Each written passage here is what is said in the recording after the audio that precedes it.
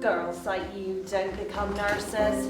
Go and work in the chocolate factory if it's good enough for your father and your brother. You decide what's good enough for Pat, nobody else. Oh, Dad. What I'd give for another ride in the back of Old Red. The other woman, as you used to call her. That's a laugh. Never seen you look at anybody else apart from Mam. The aerial red hunter will become a classic of its time, just you see. I don't care, Dad. I just loved disappearing off with you after church on Sundays, rolling up and down hills, holding on for dear life, knowing I was safe. That was our little escape. Thank you, Dad. For what? For not needing me to be grateful for what I got. Making it all right reaching for something else. Well, you certainly did that. Now go and make some noise, noisy boys, eh?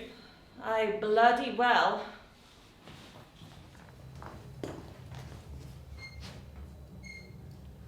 Patricia Beryl Voisey. 8th of June, 1927. St. Anne's, Bristol. Yes, definitely single. Mess.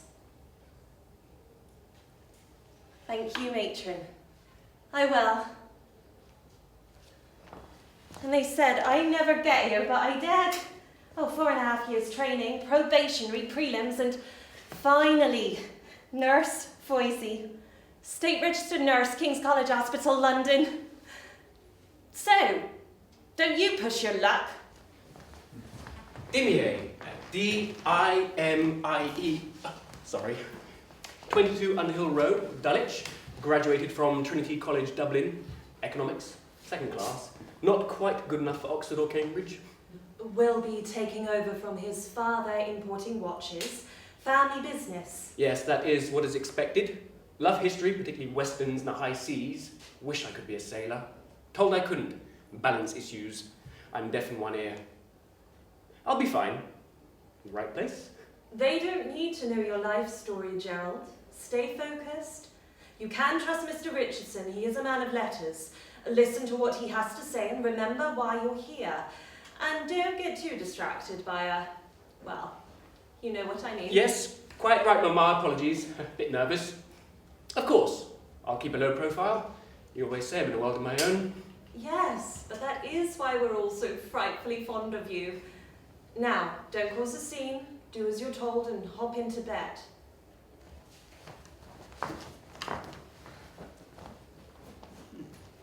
Seventh from the door. Out of the way, but not so good for a quick escape. Or trips to the lavatory.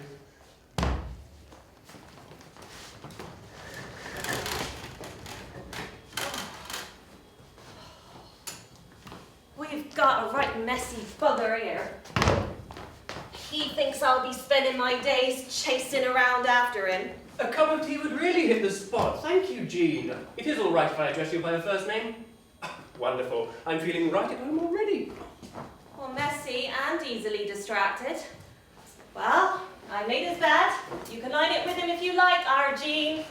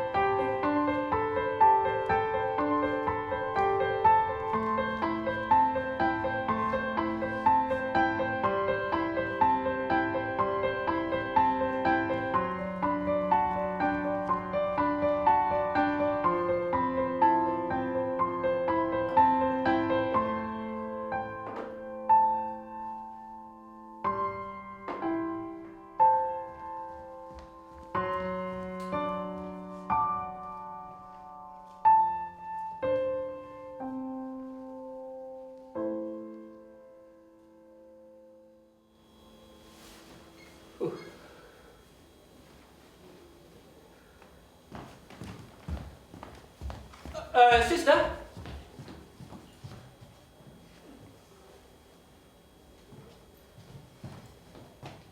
I'm not a sister. May I ask what is the correct convention then? Well, since you're at the hospital, rather than at a convention, might I suggest we keep it simple and you call me Nurse? I think you'll find there's more than one. You're going to be one of those clever ones, aren't you? Hospitals, obviously, not nurseries. Although there is rather more than one of both. And of each, of course. At home, my sisters do call me the clever one, although I rather think they're teasing. I find I spend quite a lot of time in a somewhat self-induced state of confusion. Well, to be clear then, there is only one King's College Hospital. You are most definitely in it. You are not going to be clever. There is no need to be clever. There is a need to get better, and that somewhat is doing whatever you're told to do by me. Very well, nurse. May I try? This is for you. How did you know? As your nurse, I'd rather say that's my job. Well, the other nurse didn't. Well, I never said I was other nurses. I said I was your nurse, and it's my job to notice when you are cold. That's me told then, and now somewhat restrained. Yes, I find my patients are somewhat less trouble that way. There it is again. Do you require any further assistance, Mr. Dimer? It's the way I talk, isn't it? I don't have a problem with patients who talk, unlike some of the other nurses. I'm from Dulwich. Everyone I know talks like me there. Everyone you know. Denmarkill is hardly the other side of the world, Mr.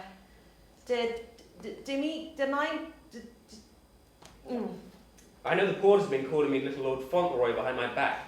I'm only deaf in one ear. I can still hear them with the other one. It is rather hurtful. Only if you let it. I'm from Bristol. You should hear what they call me to my front. Oh, do tell. It'd be wonderfully medicinal. Noisy voisey. Sorry, you couldn't catch that. What? You must have. Are you deaf or something? As I said, I am in that ear. Not the other one, obviously. Noisy voisey. Must admit, even I can hear you coming. Well, there you are then. I'm absolutely not going to be able to call you noisy voisey, so how may I address you? Nurse, especially when matron or the sisters are about. And when they're not? Patricia. Definitely not Pat. And I'm Gerald, bit easier than Dimier.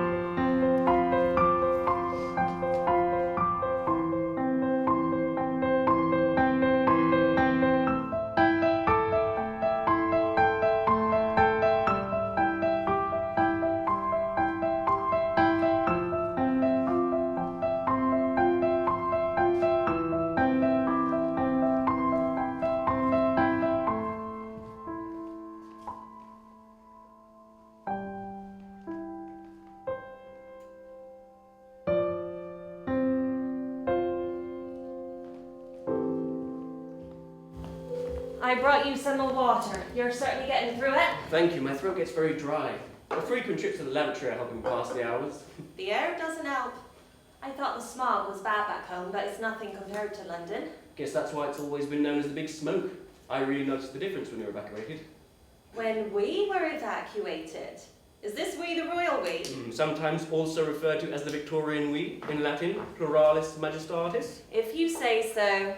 Although the funny thing about Queen Victoria Oh, there's a funny thing about Queen Victoria. she may never have actually remarked, we are not amused. I know the feeling. One possible account suggests that she was in the company of other ladies and gentlemen, and so was not referring to herself in the singular plural or pluralis majestatis. Blimey, Gerald, which Christmas cracker did you pull this pearl of wisdom from?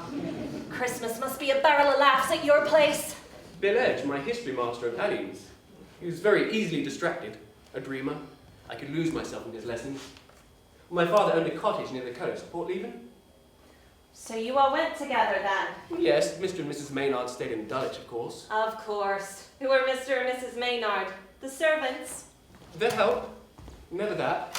An older couple, they had a grown-up son stationed in the RAF at Croydon. They wanted to stay near him. Still, not too old to be running around after you, though. It really wasn't like that. My sisters and I were terribly fond of them and deeply saddened they couldn't come with us.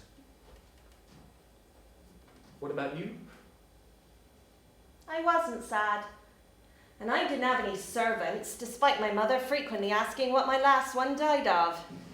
Which was rich, considering she waited hand and foot on Ken, my brother. Are you close? To your brother, that is. Oh yes, as close as a sister can be to the prodigal son. Ken and I are close, just very different. He's happy where he is and I couldn't wait to get away. And that's why I wasn't sad when we got sent to Devon. It was somewhere different, doing different. Is Ken still at home? No, he got married, broke my mother's heart. I've always been a daddy's girl. Anyway, what's with all the questions? Matron will have my guts for gorges wearing you out like this. Open. My job is to care for you until you are better.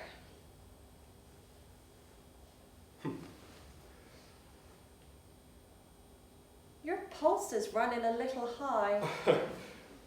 Oh, and don't say it's because of me. If I had a penny. I wasn't. It's probably the 3 cups of tea. The other nurse, Jean, likes making me cups of tea. Yes. Well, some people are easily pleased, Mr. Dimier. Oh, we're not back to Mr. Dimier now, are we? What a shame. We're making such good progress. If you carrying on being trouble, Mr. Dimier, you won't be getting called anything. It will be plain old bed 7.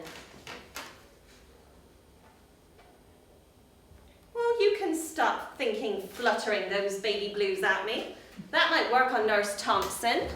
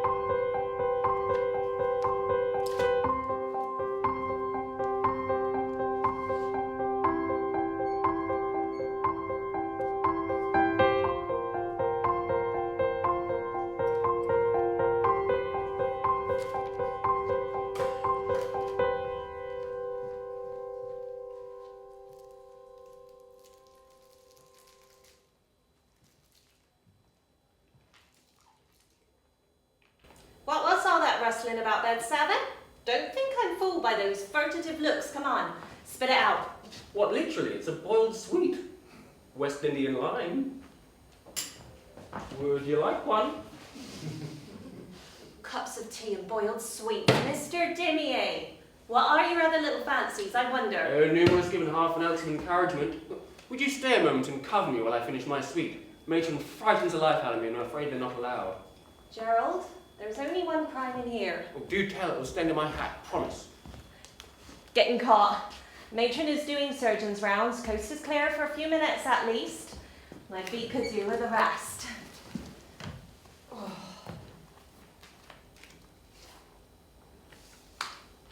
Oh, that's better. Well, don't choke on your sweet. It's only an ankle. You take what you can get when you're restrained.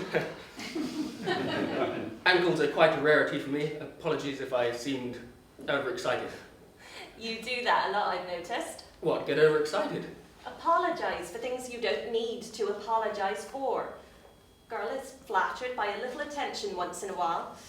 You don't need to do that. You'll end up waiting for permission to do anything and then end up doing what everybody else wants you to do. Where's the fun in that? Sometimes it's good to listen. Others often know what's best for you. Better than being impetuous and living to regret. I don't live to regret. Give me one of those sweets. Won't you get in trouble with matron? Only if I get caught. Or you tell anyone. No, of course not.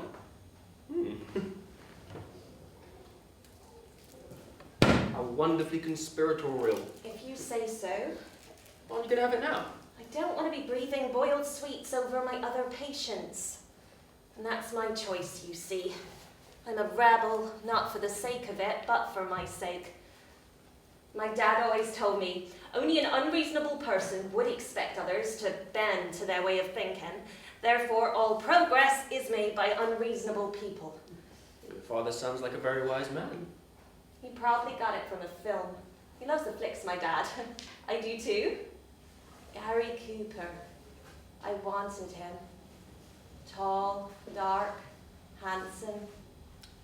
How do you feel about settling for 2 out of the 3? I'm not really the settling type. My dad was a bit of a dreamer too. Ran away to the war when he was 17. Lied about his age like many of his mates. Went looking for adventure and found hell on earth. He survived though. He made it all the way through and came home. Maybe I've got a soft spot for dreamers. I'm rather fond of westerns. They died with their boots on. Errol Flynn and Olivia de Havilland. She can act. Gosh, that's quite a sweeping statement. Can't rely on looks forever. Anyway, I better be getting on. I can't spend all morning gossiping about film stars. There's work to be done. Please do call again. I'm enjoying our little consultations, Nurse Voisey. They're keeping me going. Well, maybe I will. After rounds if you're lucky. In the meantime, I'll ask Nurse Thompson to bring you another cup of tea. That should keep you going. And will Mr. Richardson be coming around today? I'm expecting some results from my tests, and Dr. Kirby said that the consultants usually do their rounds in the afternoon. Yeah, Sister mentioned something about it during morning report. I'll be back to check on you later. Don't eat too many of those sweets. Why, in case I get overexcited thinking about Olivia de Havilland? No, in case I like the one in my pocket enough to want another one. Rather like the idea of you wanting another one.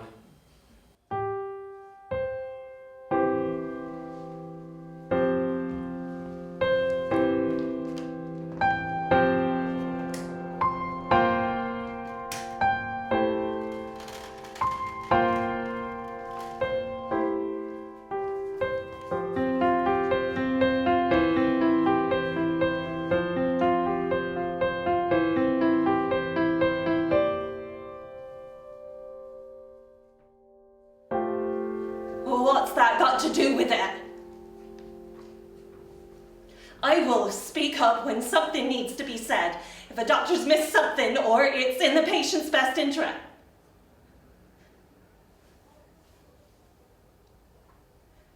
Yes, matron. I will.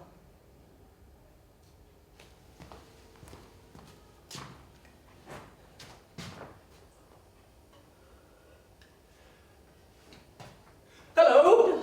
Fancy seeing you here. Do you come here often? I've been known to pass through. Oh, you are upset. I'm so sorry. Will you stop bloody apologising? I didn't want anyone to see me like this. Quiet moment by myself is all I needed. Blooming stupid. Letting them get to me like this. Yes, but you do. I couldn't hear, but I could see, and it looked like you were getting a dressing down. I've certainly had a few of those. Are you okay? Oh, what did I expect? I'm not one of them. I'm not like them. I don't like them. Well, I don't think I'm one of them, and I'm a good listener.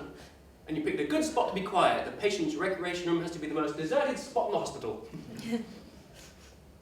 What's the point in talking about this sort of stuff if it doesn't make any difference? They'll never change. Yes, but you can. What do you mean? You're not about to start reciting foreign at me again, are you? No, Latin. I meant like saving the sweet for later. Out of sight. Turning the other cheek can be a form of rebellion too. If anyone slaps you on your right cheek, you turn to them the other. Matthew. Who's Matthew? The Bible? Ah, I see. Haven't read that. Finally, a book you haven't read and has. And you don't need to do that. Oh, what are you talking about now? Worrying about not being as good as everyone else. I don't know what you're talking about. I am a bloody good nurse. That's not what I'm talking about, and you bloody well know it. You mind your language, Mr. Dimier. Why? Is Matron hiding behind the curtain? Shall I check? Nobody's here. Nobody cares. Actually, that's wrong. I care. Rather a lot, actually. Wow. Mr. Gerald. What are you talking about then? Exactly? Well, go on. I'm listening. Actually. The world is not against you, Pat. Patricia. Matron, the ward sisters, the hospital, they don't have a vendetta on you. You're talking foreign again. Latin? No, well, sort of. Italian. You take things far too personally. Don't let that get in the way of who and what you really are. Bloody good nurse. A bloody good human being. Smart, compassionate, tough, rebellious. Well, go on. I said I was listening. Charming. Lovely. You. You remind me of my dad. Somebody else I care about. Oh, you've travelled.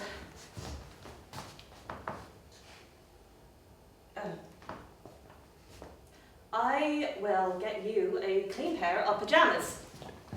And I can teach you about having a sense of occasion, knowing when to speak up and when to keep quiet so you don't ruin the moment. Well, good luck with that. Why do you think they call me Noisy Boisy?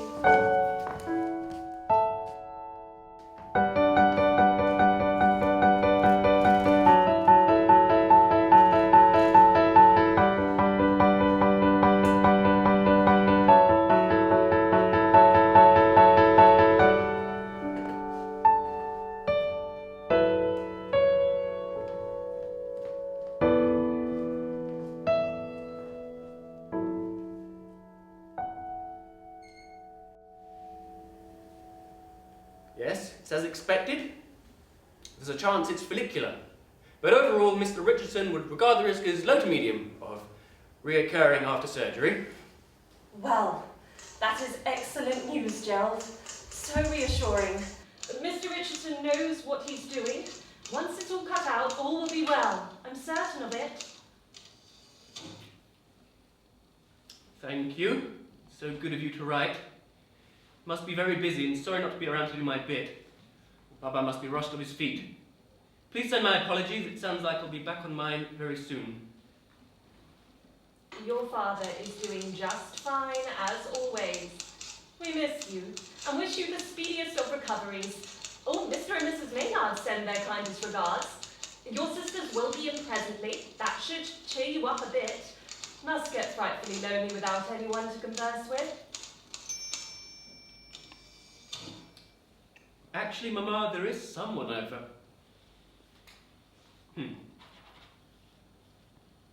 Thanks for replenishing my supply of sweets. They've become quite the currency. I've been offered all sorts, literally as in licorice. Rather fittingly by a chap in bed 3 called Bertie. Says it's become his thing. Good with the nurses, apparently.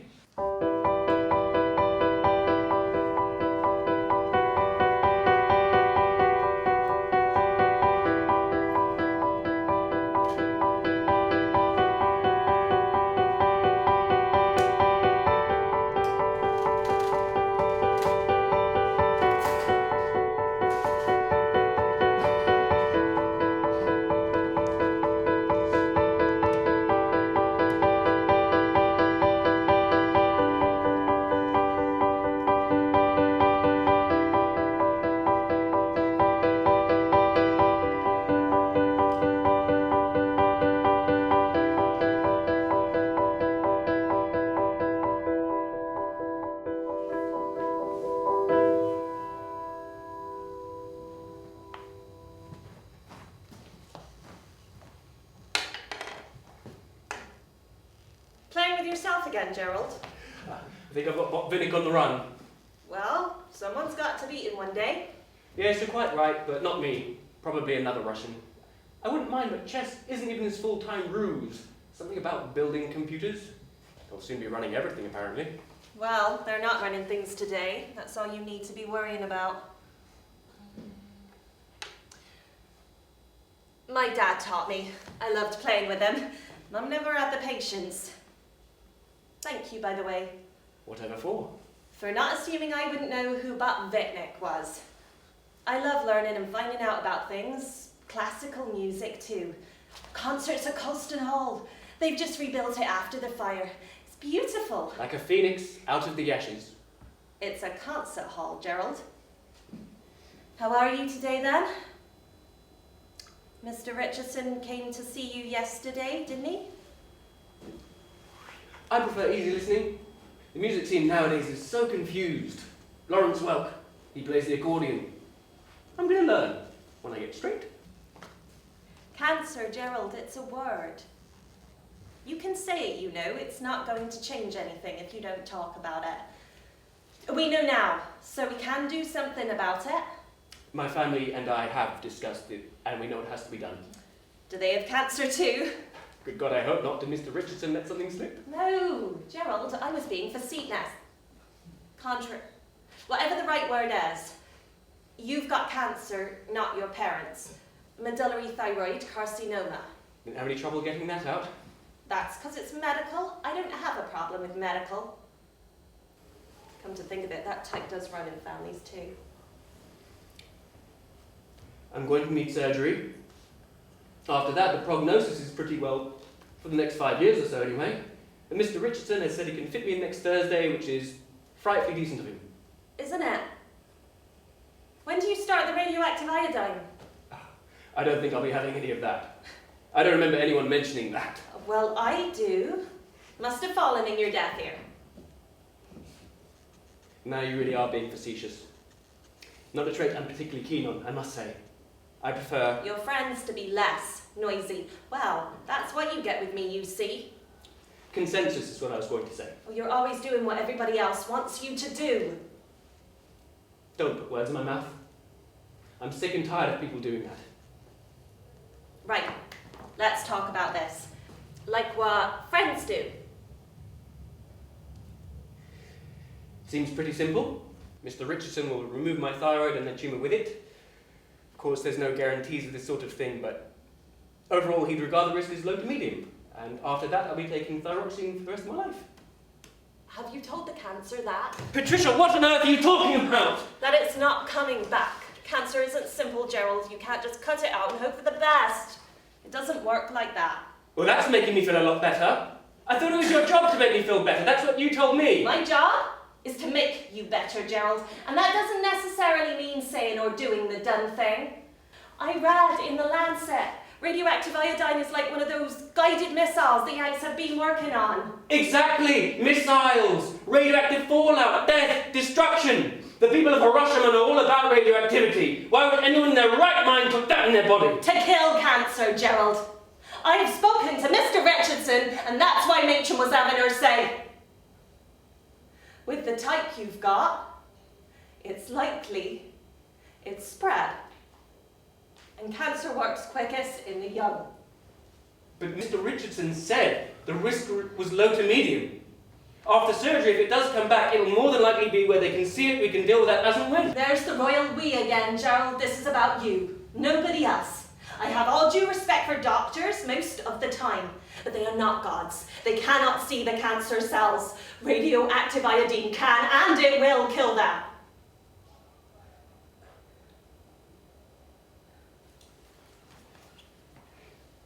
You're quite the force of nature.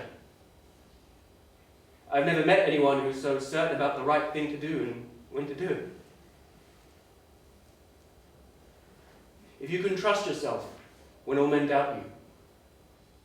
If you can dream and not make dreams your master. If you can fill the unforgiving minute with 60 seconds worth of distance run. Yours is the earth and everything that's in it. And what's more, you'll be a man, my son. Yes. Well, I never really bothered with that bet. I will be off next Thursday, going home to share some news. We'll be back weekend after next, well before you're discharged. Hope it's good news you're sharing. It's about bloody time news, more like. I will tell when I'm back. Family first. You'll be fine. Mr. Richardson knows what he's doing.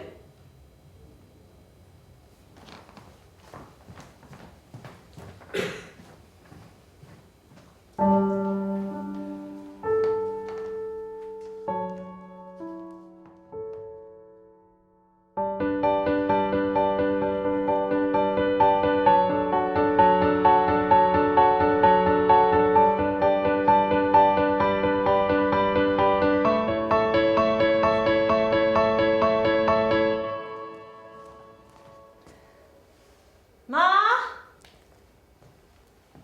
Dad? I've done it. I made sister. And not ward sister, neither. Theatre sister. I've been doing extra shifts working with Mr. Richardson. Never in doubt, our Pat. You must be worn out, though. You're home now. Sit down, get them shoes off. What, in the front parlour, Dad? Why not? Special occasion, I reckon. Beryl, get the tea on. Oh, there's some tongue in the pantry. I start my probation week after next. I'm gonna miss the other girls on the ward, though. Especially Jean. Thought you said she was a terrible flirt. Oh, she bloody is. That's right, Dad. Heart of gold, though. She's going to make matron one of these days. Says all the right things. Well, I imagine in theatre there's probably not much need to say the right thing, our Pat. Oh, you've got that right. You have to hand the surgeon the right instrument. They don't tell you, see. About that fella you've been chatting to, eh? Bet Sevens, as you calls him. I don't know about that. Not sure it's the done thing to marry your nurse where he's from. Thought you said he was from South London. You're from South Bristol. Can't be that different. You do make me smile, Dad. You've got a lot to learn. Have I, our Pat? Well, you'd better learn me then. Well, for a start, I really can't stand tongue.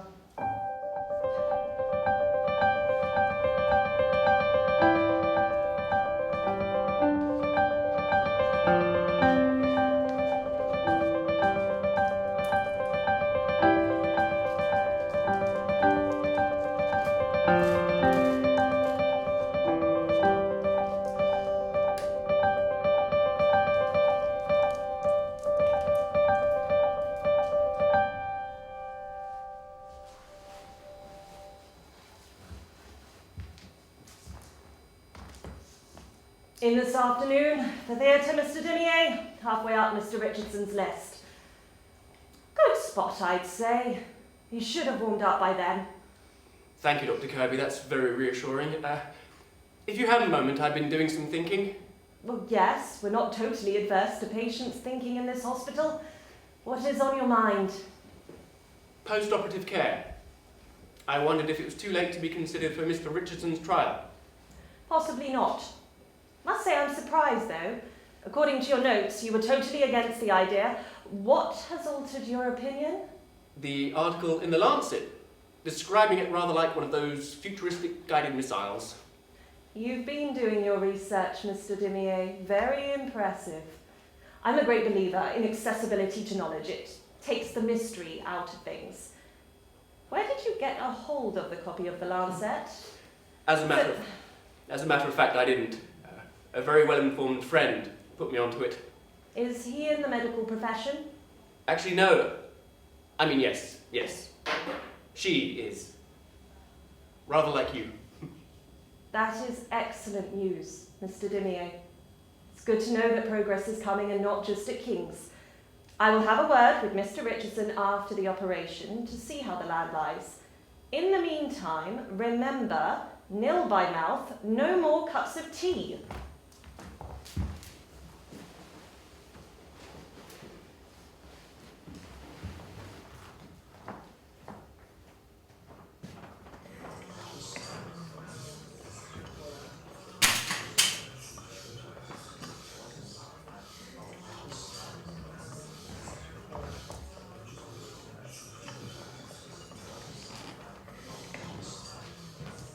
That'll do.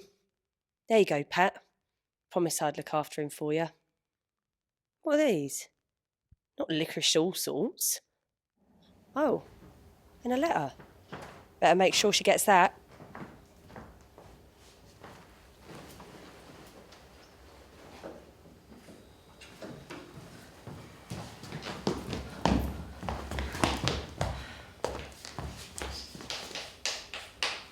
Pat, really, Gerald, there's no need to shout?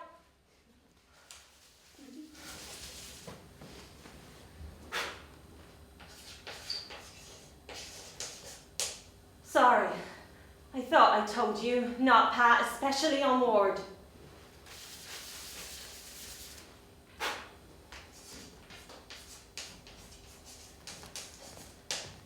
Quaker, how are you feeling?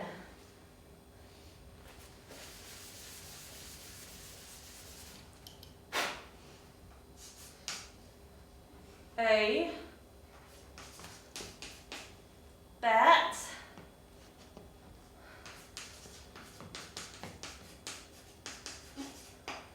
Better.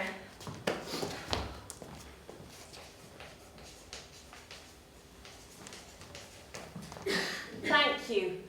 Well, that is great to hear, but as much as I'd love to stay and chat, it's my first day back, and I don't think I have the time or the stamina to ask anything else.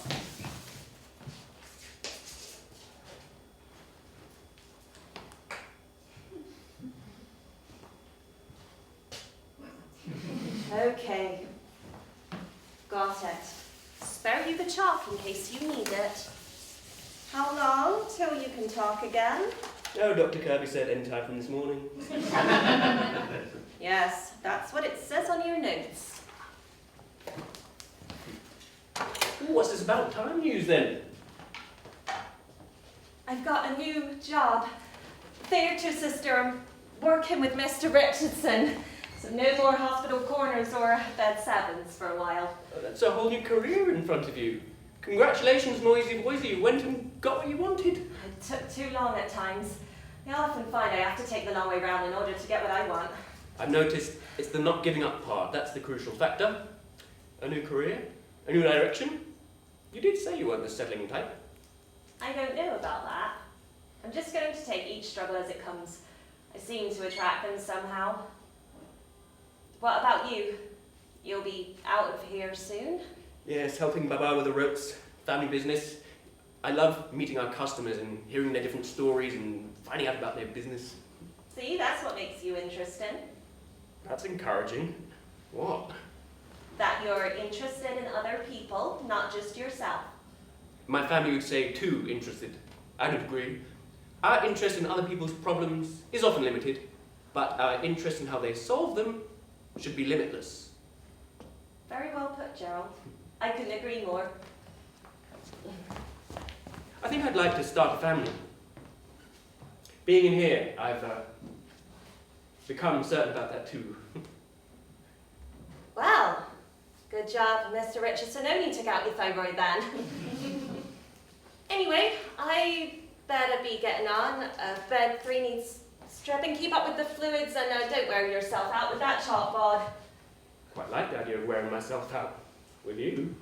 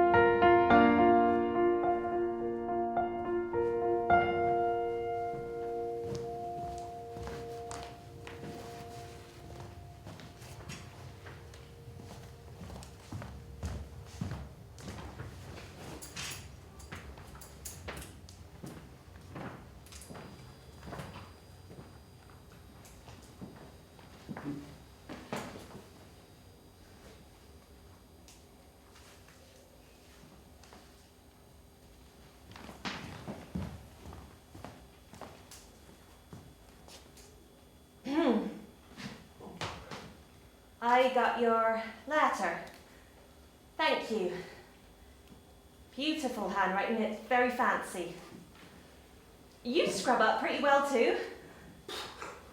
What's so funny about that? I was paying you a compliment. Exactly, I'm rather taken aback.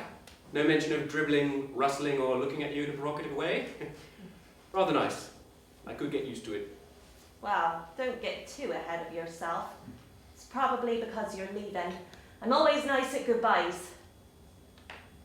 Anyway, I couldn't read a word of your bloody note. All those flourishes, they're totally impractical. I had to get our Jean to translate. She's better at flourishing. And cups of tea. I bet you'll miss her then. Come to think of it, she fit quite in with your dullage lot. Quite the girl about town. No, Patricia, I won't. Not in the same way I'm going to miss you. Nurse Thompson, Jean, has made my stay here more pleasant than it might have been. You, on the other hand, I made your life a misery. have done something entirely different and wonderfully unexpected. Oh. What's that then? Added perspective, a dose of reality, and the power of taking a bit more responsibility for myself. I'd never met anyone who was so sure of the right thing to do. That conviction is much harder for me to find. That's because you're a dreamer. See? There is nothing wrong with dreaming, just don't let dreaming get in the way of doing. Yes, I see that more clearly now. When your life seems so mapped out, dreaming often adds the colour that's sometimes lacking when everything seems so black and white.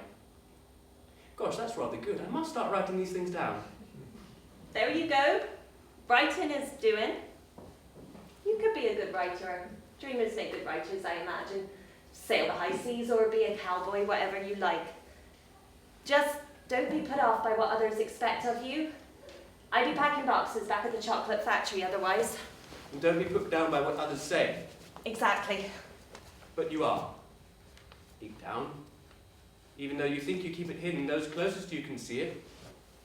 I see it. Can't let people take advantage. True, and sometimes people do. Other times they don't. Make sure you know the difference. Quite the little philosopher, aren't we, Gerald? Or is it too many of those Christmas crackers? Be careful you're not guilty of what you accuse of in others. Making an assumption based on where they're from, how they talk, or what they do is a form of snobbery, whichever direction it comes from.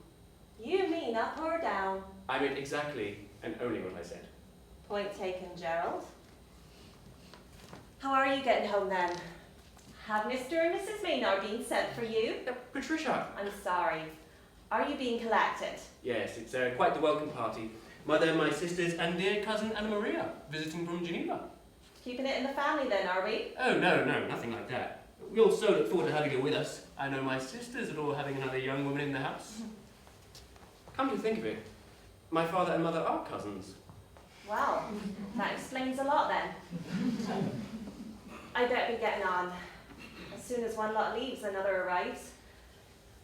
I start my new job next week. You'll be my last bed 7. I'd like to see you again, if I may. Take you out, perhaps on your afternoon off, when you get one.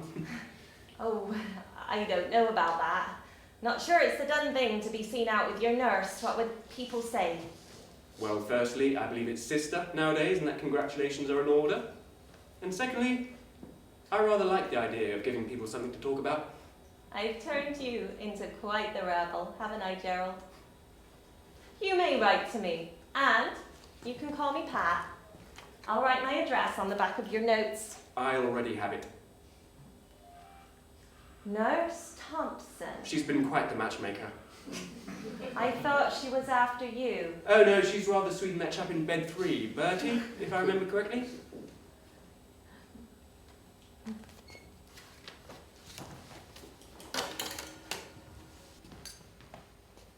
I'll be seeing you then?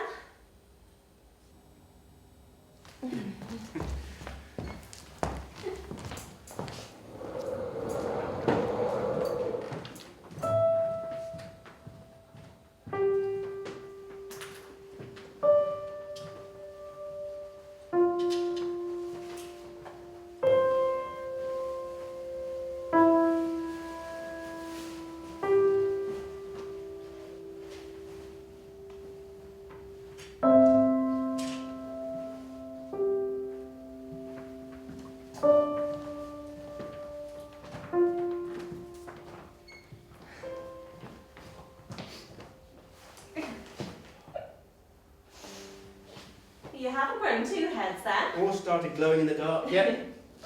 How are you? I've been very well. How are you? It's so good to see you.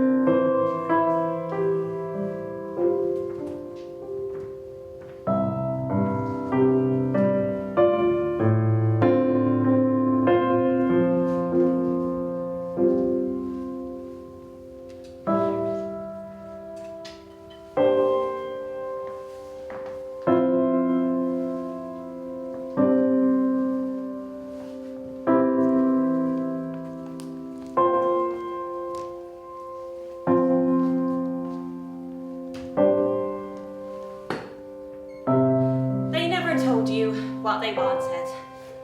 Scalpel, forceps, swab. You just had to know. And if you didn't get it right, they would just throw it on the floor.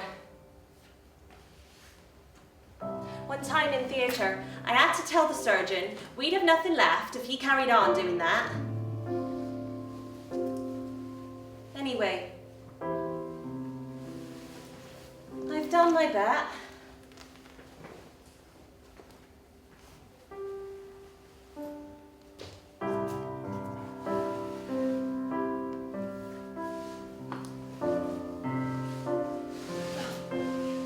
Why do I feel so heavy? Sister!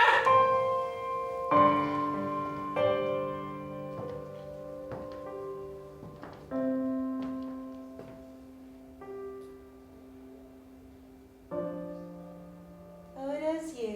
Didn't you think I'd come for you? Shall we go and do the undone thing?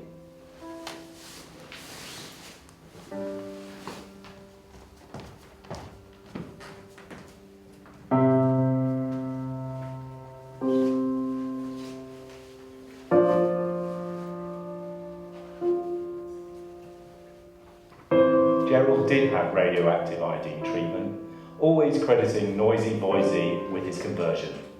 It gave him another 32 years of life, time enough to marry, successfully run the family business, and father 4 children. There was always a bag of West Indian limes within reach. Patricia stayed in London, settling in Croydon, never forgetting where she was from. She proudly wore her King's badge for the rest of her career, eventually retiring at the age of 75. Here she is on her wedding day. With Gerald. Actually.